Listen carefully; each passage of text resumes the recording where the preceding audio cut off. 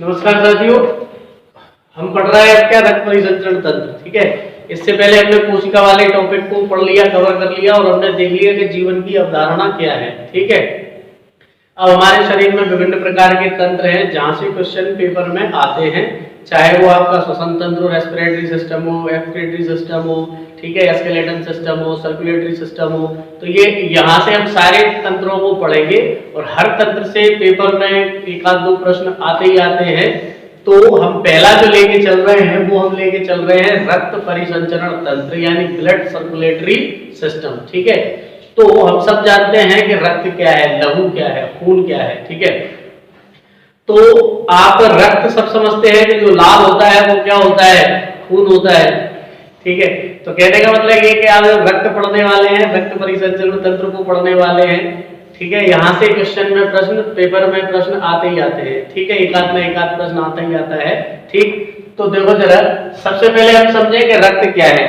तो आप देखो, मानव का जो शरीर है ये बहुत ही सिस्टमेटिक तरीके से बना हुआ है। ठीक है, हमें आभास नहीं होता और शरीर के अंदर कई ऐसी जैविक क्रियाएं होती रहती हैं जिनका हमें अंदाजा ही नहीं है क्या क्या अंदर चल रहा होता है। ठीक है, उनमें से ही एक तंत्र है रक्त परिसंचरण तंत्र। हम सोचो जरा कि आप कोई चीज खा रहे हैं, वो आपके पेट में जा रही है और पेट से वो आपकी छोटी बड़ी आंत में जा रही है, तो वो ये आपका खाया हुआ खाना आपकी उंगली, आपके नेल्स, आपके हेयर्स, आपकी हर चीज को क्या करेगा, प्रभावित करेगा। तो आप सोचो कि भाई कैसे ये चीज यहाँ तक आई कि नेल्स तक भी उसने क्या किया, प्रभावित किया। आपने कुछ अच्छा खाओगे तो आपकी शरीर के प्रत्येक भाग तक वो चीज पहुंचेगी, बुरा खाओगे वो भी पहुंचेगी, यानी हर चीज आपकी बॉडी के हर जगह तक पहुंचती है। ये कैसे पॉसिबल होता है। दूसरी बात ये कि हम सांस ले रहे हैं तो लंग्स तक जा रही है, ये सब जानते हैं। ठीक है ना, कि हम सांस ले रहे हैं, लंग्स से ले रहे हैं, लेकिन ये लंग्स से ली हुई सांस हमारे शरीर की एक एक कोशिका तक पहुंचती है, कैसे पहुंचती है। ठीक है, हम अगर कोई टेबलेट ले रहे हैं, हम अगर कुछ खा रहे हैं, कुछ दवा अगर हम ले रहे हैं, मुंह से खाइए लेकिन शरीर के किसी भी हिस्से का कोई भी दर्द हो वो बंद हो जाता है, कैसे संभावनाएं जो होती हैं। तो मैंने कहा कि मानव शरीर है बहुत ही रचनात्मक और वैज्ञानिक तरीके से हम इसका अध्ययन करते हैं, तो हम देखते हैं कि ये बहुत ही अचंभित कर देने वाली बात होती है। उन्हीं में से हम देखते हैं कि ये सब जो कर रहा है वो है ब्लड, मतलब हमारा खाया हुआ शरीर के विभिन्न अंगों तक पहुंचाने वाला ब्लड है।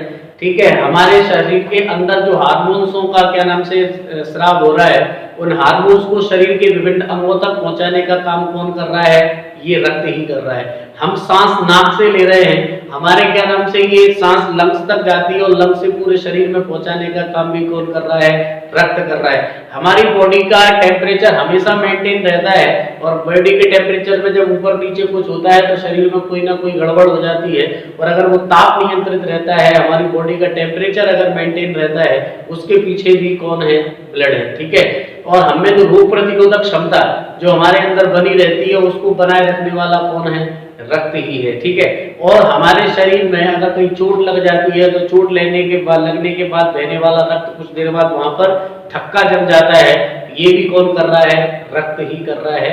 तो हम उसी को पढ़ रहे हैं, किसको, रक्त परिसंचरण तंत्र को, और इसमें से पहले हम समझेंगे कि रक्त क्या है। ठीक है, तो सबसे पहली बात ये कि रक्त एक लिक्विड है, लेकिन इसके बारे में ये कहा जाता है कि लिक्विड तो है ही है, इसके साथ ये कहा जाता है कि रक्त एक तरल संयोजी ऊतक है। मतलब रक्त एक प्रकार का क्या है, ऊतक है, लेकिन कैसा ऊतक है, तरल संयोजी ऊतक।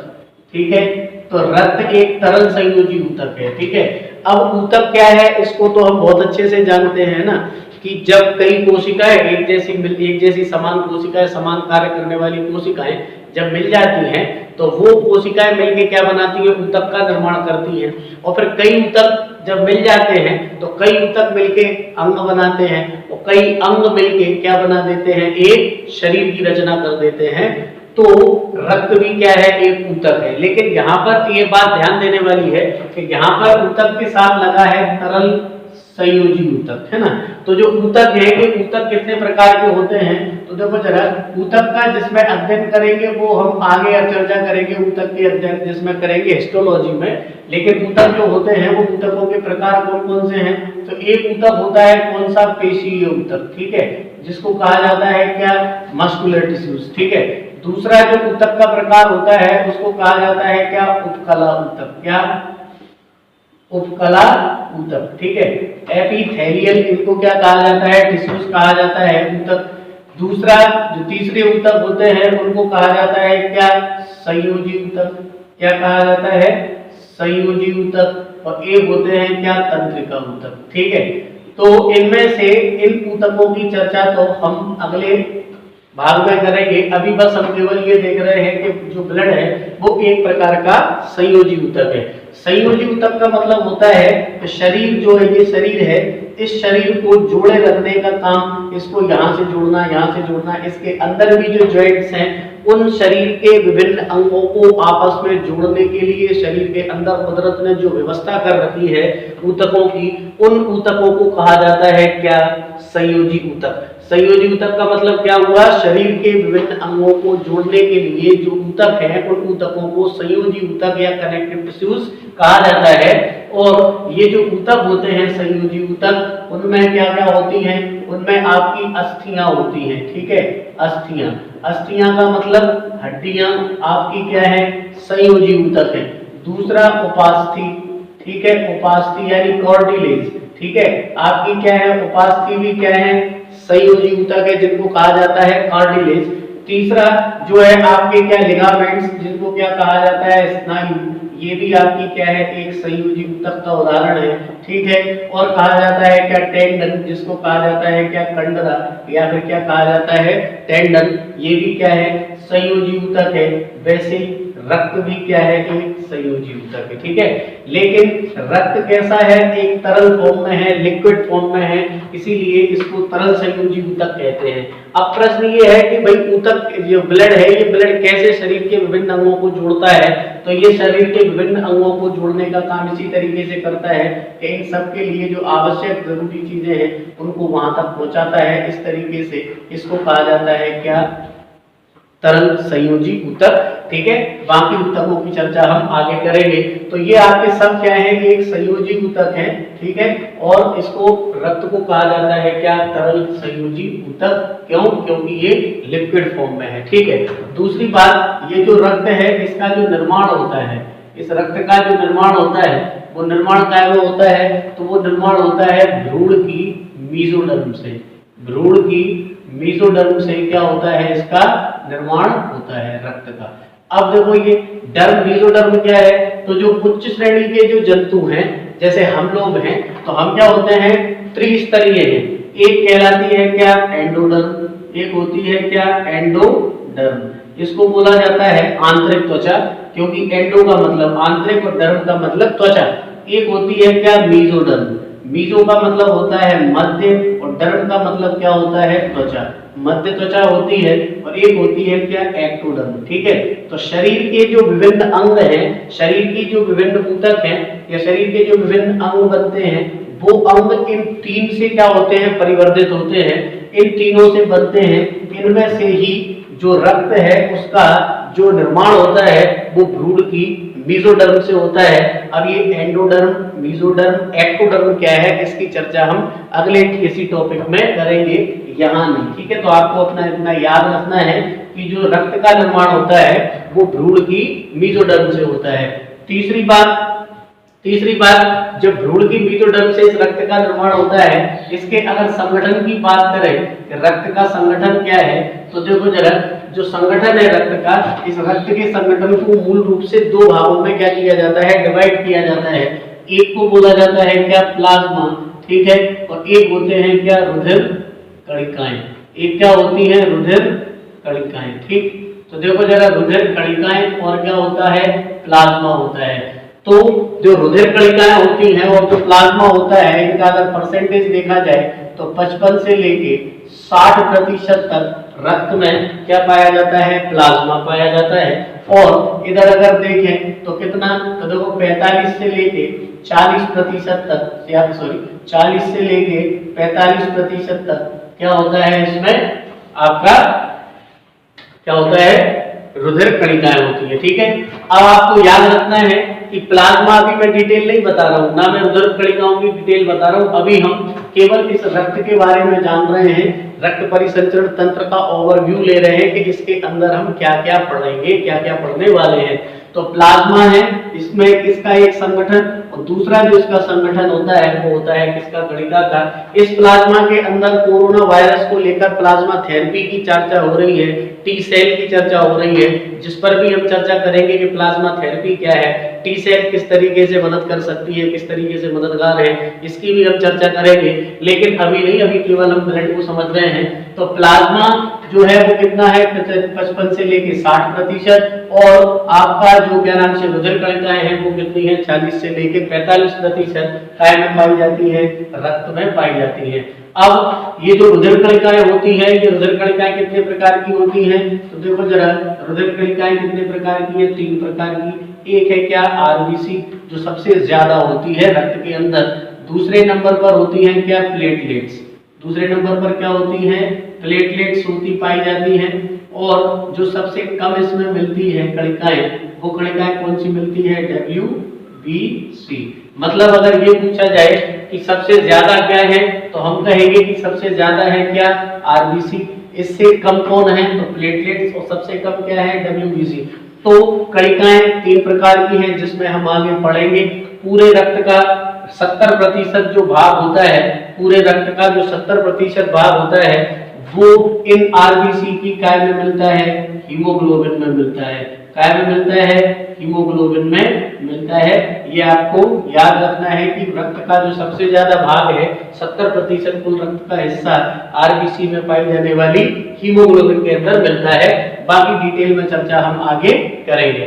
तो संगठन ये हुआ। प्लाज्मा क्या होता है, जिसमें ये सब संगठित रहते हैं, तैरते रहते हैं, उसको कहा जाता है क्या, प्लाज्मा। इसकी चर्चा हम करेंगे, रुधिर की चर्चा करेंगे, आरबीसी इसके अंदर पढ़ेंगे, आरबीसी क्या है, काम क्या है, किस तरीके से बनती है, कब मृत्यु होती है, सारी चीजें एग्जाम की दृष्टि से। प्लेटलेट्स का काम क्या है, WBC क्या है, किस तरीके से काम करती है, कितने प्रकार की होती है, ठीक है। तो ये चर्चा हम इनकी आगे करेंगे, ठीक है। अब देखो जरा, अगली जो बात है चौथी काय की ब्लड को लेकर, वो ये कि एक जब स्वस्थ जो मनुष्य होता है, स्वस्थ मनुष्य, उस स्वस्थ मनुष्य में, स्वस्थ मनुष्य के कुल भार का, स्वस्थ मनुष्य के काय का कुल भार का 7% क्या होता है, रक्त पाया जाता है। संपूर्ण शरीर के भार का कितने प्रतिशत, संपूर्ण शरीर में जो पूरा भार है उसका 7% क्या होता है, रक्त होता है। ये अगर परसेंटेज में पूछा जाए तो। और अगर ये पूछा जाए कि एक स्वस्थ शरीर में, एक जो क्या नाम से आपका स्वस्थ शरीर है, इस स्वस्थ शरीर में कितना क्या नाम से पाया जाता है क्या, ब्लड, तो लगभग 5 से लेके 6 लीटर तक क्या पाया जाता है, रक्त पाया जाता है पुरुषों में। लेकिन यहाँ पर एक बात याद रखना है कि ये किन में नहीं पाया जाता, महिलाओं में पूरा इतना नहीं होता है। ये माना जाता है कि लगभग आधा लीटर पुरुषों की अपेक्षा क्या होता है, कम होता है। आपको याद ये रखना है कि ये फिक्स नहीं है कि साहब इतना ही होगा, कम भी हो सकता है, ज्यादा भी हो सकता है। अगली बात आपको याद रखना है कि शरीर का एक अंग है आंख की कॉर्निया। आंख की क्या, कॉर्निया। तो आंख की कॉर्निया में रक्त नहीं पाया जाता, काय में, आंख की कॉर्निया में, ठीक है। तो आंख की कॉर्निया में रक्त नहीं होता। शरीर का ये ऐसा भाग है जिसमें रक्त नहीं है, ठीक है। आप देखो इसमें 7वां, तो देखो तरल है। रक्त का जो पीएच मान होता है, रक्त का पीएच मान, ठीक है, रक्त का जो पीएच मान होता है वो कितना होता है, 7.4 होता है। अब पीएच मान क्या होता है, तो पीएच मान में जो पी है इसका मतलब है पोटेंशियल, या इसको बोला जाता है पावर। जो एच है इसको बोला जाता है हाइड्रोजन, इसका मतलब पावर ऑफ हाइड्रोजन कह लो या पोटेंशियल ऑफ हाइड्रोजन कह लो। तो जो पीएच है इसका मतलब है पोटेंशियल ऑफ हाइड्रोजन, या अब ये तो पोटेंशियल ऑफ हाइड्रोजन या पावर ऑफ हाइड्रोजन समझ आ गई। लेकिन प्रश्न ये कि इससे होता क्या है, तो इससे ये होता है कि किसी भी लिक्विड की अम्लीयता का, किसी भी लिक्विड की अम्लीयता का और किसी भी लिक्विड की क्षारीयता का क्या लगाया जाता है, पता लगाया जाता है, ठीक है, कि कौन कितना अम्लीय है, कितना क्या है, क्षारीय है, ये पता लगाया जाता है काय के माध्यम से। तो हम कहेंगे पीएच के माध्यम से। अब ये जो पीएच है, इस पीएच को एक स्केल के माध्यम से मापा जाता है, जिस स्केल पर 0 से लेके 14 तक क्या होते हैं, अंक दिए होते हैं, ठीक है। और इसका जो सेंटर पॉइंट होता है वो कितना होता है, 7। तो यहां से लेके यहां तक इस पीएच नाम को से हमें कई बार रूबरू होना है, इसीलिए इस पीएच को यहीं पर खत्म कर देंगे और फिर आगे अपन देखते जाएंगे किसका पीएच कितना होगा, इसलिए इसको यहाँ पर समझ लो जरा। जो बीच वाला पॉइंट होता है इसको बोला जाता है कि ये उदासीन है, और इस तरफ अगर आओगे, इस तरफ, ठीक है, तो ये होता है क्या, अम्लीयता बढ़ेगी। इस तरफ दें तो 0 से लेके 1 2 3 4 5 6 और 7 के बाद 8 9 10 11 12 13 14, ठीक है। तो इस तरीके से क्या होते हैं, ये स्केल मान लो कि ये क्या है, एक स्केल है, ठीक है, ये क्या है, एक स्केल है, ठीक है। तो देखो जरा, ये स्केल हो गई। अब क्या होगा, ये स्केल में 0 से शुरू हो रही है, तो इस पूरी स्केल को जो आविष्कार, इसका जिसने आविष्कार किया उसका नाम क्या है, सोरेनसन। क्या नाम है, सोरेनसन, ठीक है। तो सोरेनसन ने ये स्केल क्या हुई, बनाई, पीएच स्केल। और इस स्केल में क्या होता है, इस स्केल में ये देखा जाता है कि क्या नाम से आपका क्या है, अम्लीयता कितनी है और क्षारीयता कितनी है। अगर आप किसी भी लिक्विड का पीएच वैल्यू 7 के अंदर है तो कहेंगे अम्लीय है, और अगर पीएच वैल्यू 7 से ज्यादा है तो कहेंगे क्षारीय है। तो यहाँ पर रक्त का जो पीएच मान है वो कितना है, 7.4 है। तो हम कहेंगे कि रक्त कैसा होता है, हल्का क्षारीय होता है। हल्का कैसा होता है, क्षारीय होता है। ये बात आपको याद रखना है, ठीक है।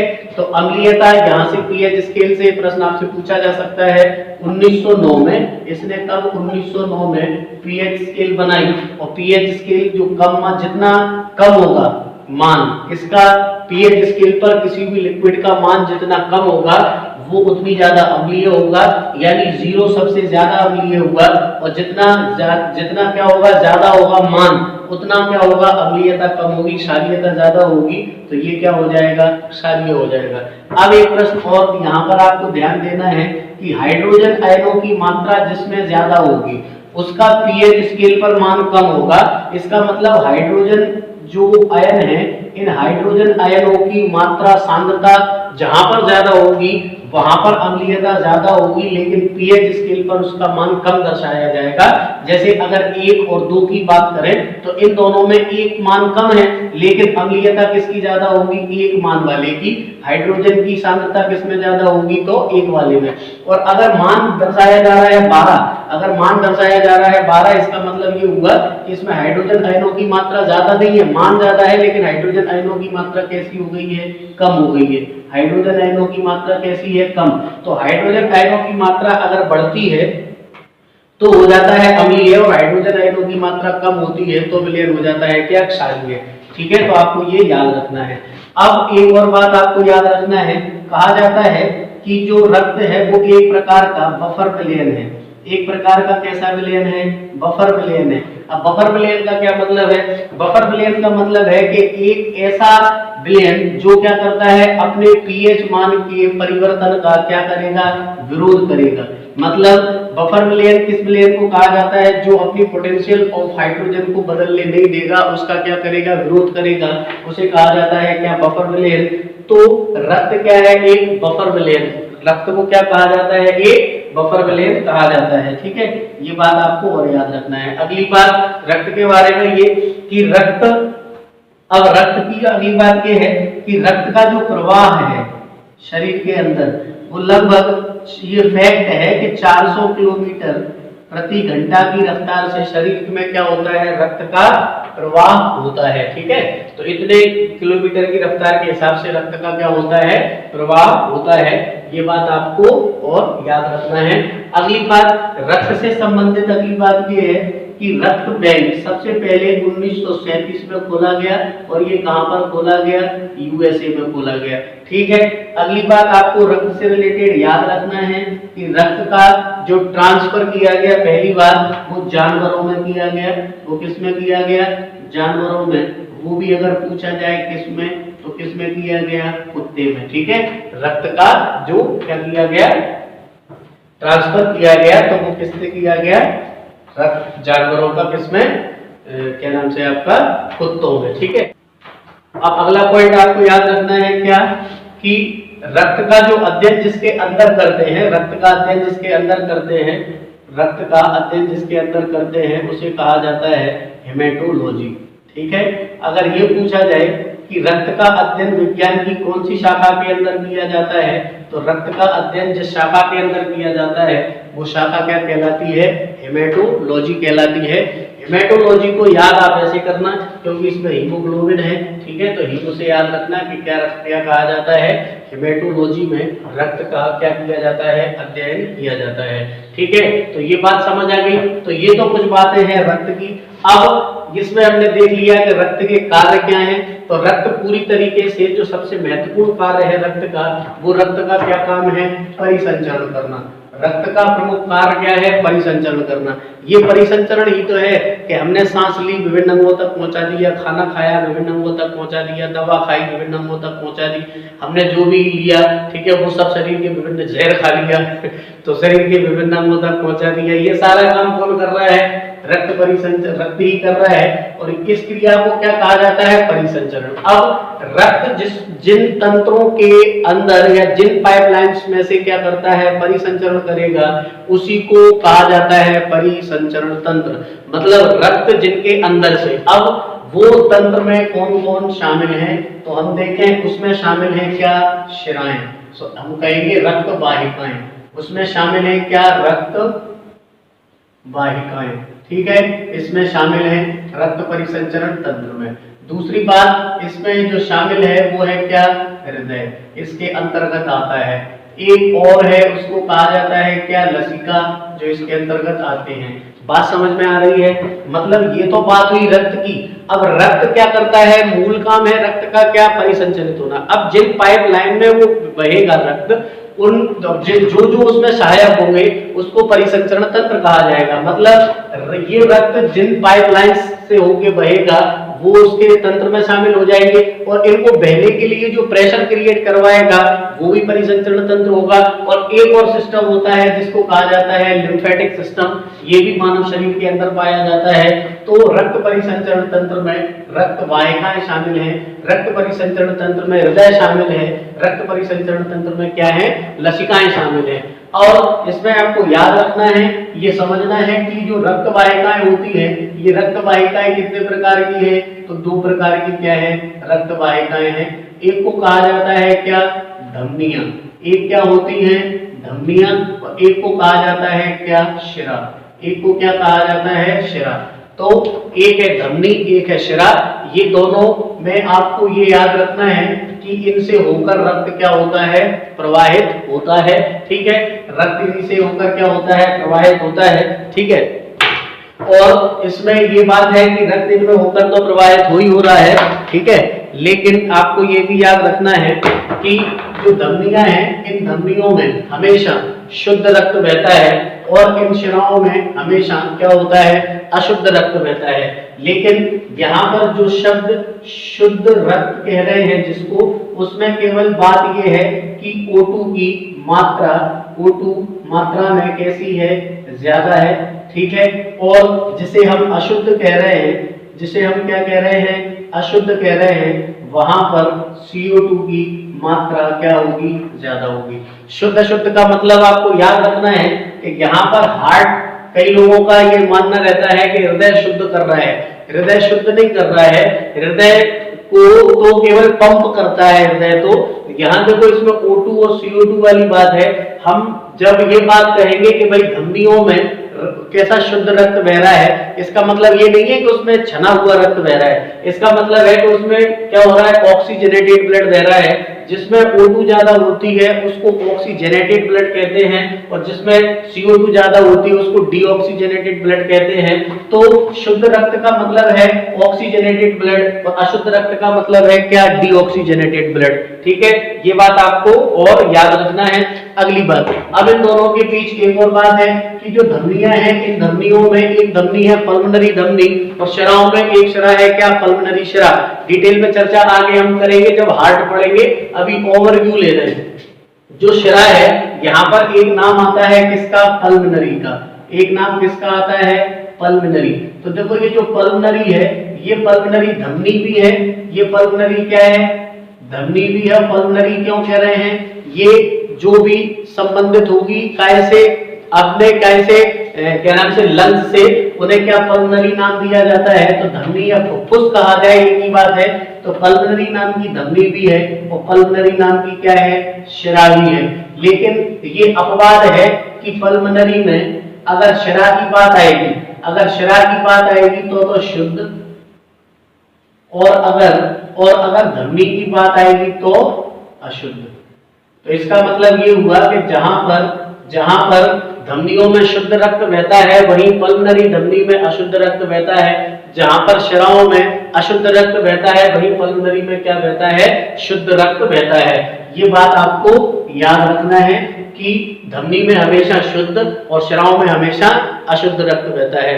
अब ये क्यों याद रखने की जरूरत ज्यादा इसलिए नहीं है क्योंकि शिराओं का रंग जो होता है वो कैसा होता है, बैंगनी होता है, या फिर कैसा होता है, नीला होता है। और धमनियों का जो रंग होता है वो कैसा होता है, लाल होता है, या कैसा होता है, गुलाबी होता है।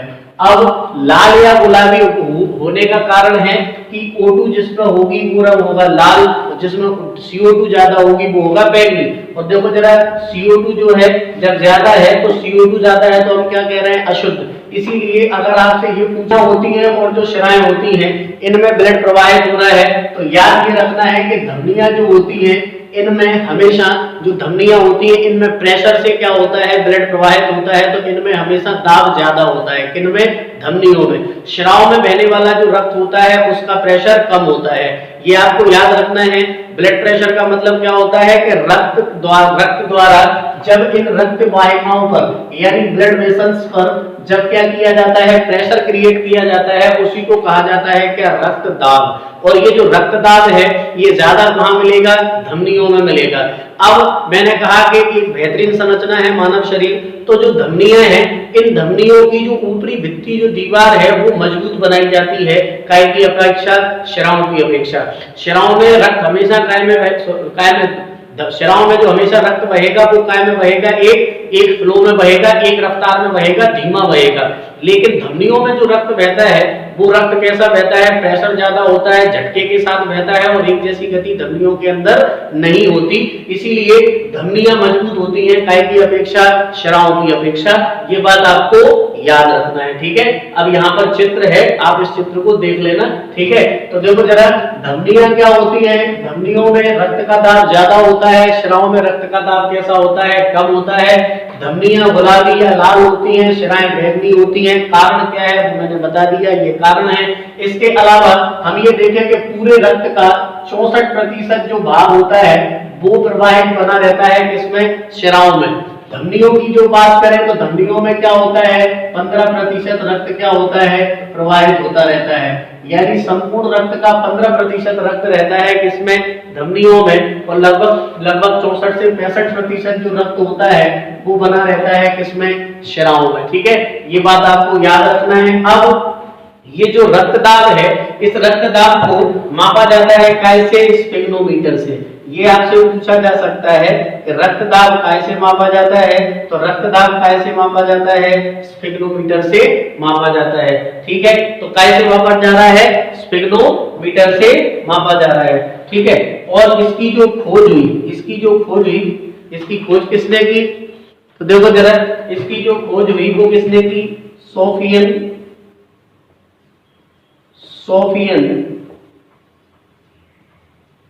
रिंग्सबरी ने, ठीक है। सोफियन रिंग्सबरी ने, ठीक है, क्या की, इसकी खोज की, आविष्कार किया किसका, स्फिग्नोमीटर का। और स्फिग्नोमीटर से क्या किया जाता है, रक्तदाब मापा जाता है। अब अगला प्रश्न आपसे पूछा जा सकता है कि रक्तदाब कितने प्रकार का होता है, तो ये जो रक्तदाब है ये रक्तदाब 2 प्रकार का होता है। एक को कहा जाता है सिस्टोलिक, एक को क्या कहा जाता है, सिस्टोलिक ब्लड प्रेशर, और एक को कहा जाता है क्या, डायस्टोलिक ब्लड प्रेशर, ठीक है। एक होता है सिस्टोलिक ब्लड प्रेशर, एक होता है क्या, डायस्टोलिक ब्लड प्रेशर। रिंग्स रोसी है, सोफियन रिंग्स रोसी, ठीक है, इसका नाम है सोफियन रिंग्स रोसी, ठीक है। तो देखो जरा, ये होता है क्या सिस्टोलिक और एक क्या होता है डायस्टोलिक। जो सिस्टोलिक होता है ये क्या होता है, सिस्टोलिक होता है कितना 120 और डायस्टोलिक जो होता है वो कितना होता है 80, ठीक है। तो इसका मतलब ये हुआ कि सिस्टोलिक जो प्रेशर होता है वो प्रेशर ज्यादा होता है काय की अपेक्षा, डायस्टोलिक की अपेक्षा। सिस्टोल कब होता है, जब हृदय अपने आप को क्या करता है, संकुचित करता है यानी स्क्वीज करता है, तब क्या होता है सिस्टोलिक होता है और ये प्रेशर ज्यादा होता है 120। और जब डायस्टोल जब अपने आप को क्या करता है, शिथिल करता है, ठीक है। तो शिथिलन जब होती है हृदय की तो उसमें कितना होता है 80 होता है। तो अगर ये पूछा जाए इसकी खोज किसने की, तो सोफियन रिंग्स और रोसी ने इसकी क्या की, इसकी खोज की, किसकी, स्फिग्नोमीटर की। और स्फिग्नोमीटर से क्या किया जाता है, तो रक्तदाब मापा जाता है। रक्तदाब कितने प्रकार का होता है, तो दो प्रकार का होता है, एक सिस्टोलिक होता है, एक डायस्टोलिक होता है। जो सिस्टोलिक होता है उसमें हृदय अपने आप को क्या करता है, स्क्वीज करता है, अपने आप को पंप करता है, तो उसे कहते हैं क्या 120 पर है ये, ठीक है। और जो डायस्टोल होता है वो कितना होता है 80। अब जब ब्लड प्रेशर 80 से नीचे आता है तो इसको कहा जाता है हाइपोटेंशन, ठीक है।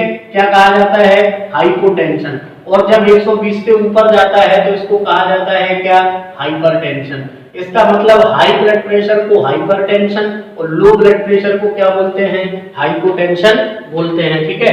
तो ये क्या है, रक्तदाब है। रक्तदाब क्या है बता दिया। यहाँ पर एक व्यक्ति का नाम और याद रखना है जिसको फादर ऑफ या रक्त परिसंचरण तंत्र का पिता कहते हैं, वो नाम है क्या, विलियम हार्वे, ठीक है। तो जो विलियम हार्वे है, इस विलियम हार्वे ने रक्त परिसंचरण तंत्र की खोज की और इसको कहा जाता है क्या, एंजियोलॉजी। इसको क्या कहा जाता है, एंजियोलॉजी। अगर ये पूछा जाए कि फादर ऑफ एंजियोलॉजी कौन है, तो फादर ऑफ एंजियोलॉजी कौन है, विलियम हार्वे है। और अगर ये पूछा जाए तो इसमें देखो अंतर आपको समझ आ रहा होगा। अंतर क्या है, अंतर ये है कि जो हेमेटोलॉजी है उसमें रक्त का अध्ययन है और जो एंजियोलॉजी है इसमें काय का अध्ययन है, रक्त परिसंचरण का अध्ययन है। एंजियोलॉजी का संबंध आपकी मुख्यतः धमनी और शिराओं से होगा और जो आपकी हेमेटोलॉजी है इसका संबंध आपकी आरबीसी डब्ल्यूबीसी से होगा, या अगर आपकी प्लेटलेट से होगा या आपकी काय से होगा, प्लाज्मा से होगा। तो कहने का मतलब ये कि आज हमने केवल ये समझा कि रक्त क्या है, रक्त के बारे में समझा, रक्त के काम क्या है ये समझा, और हमने ये देखा कि पूरे रक्त परिसंचरण तंत्र में हमें पढ़ना क्या क्या है। तो हमें पढ़ना है हृदय को, हमें पढ़ना है किसको, क्या नाम से, आपकी धमनियों को, शिराओं को। आज हमने केवल ये देखा कि रक्त में कितना कुछ है। कल हम ये देखेंगे कि रक्त कितना प्रकार का होता है, रक्त का वर्ग क्या है। तो अभी हम पहले चर्चा करेंगे किसकी, पूरी रक्त के बारे में, फिर हम बाद में चर्चा करेंगे किसकी, परिसंचरण तंत्र के बारे में। तो यहाँ पर हमने आज केवल रक्त के बेसिक फैक्ट देखे। कल अगले लेक्चर में हम रक्त के वर्ग देखेंगे, कितने प्रकार का रक्त है, क्या है, ये सारी चर्चा हम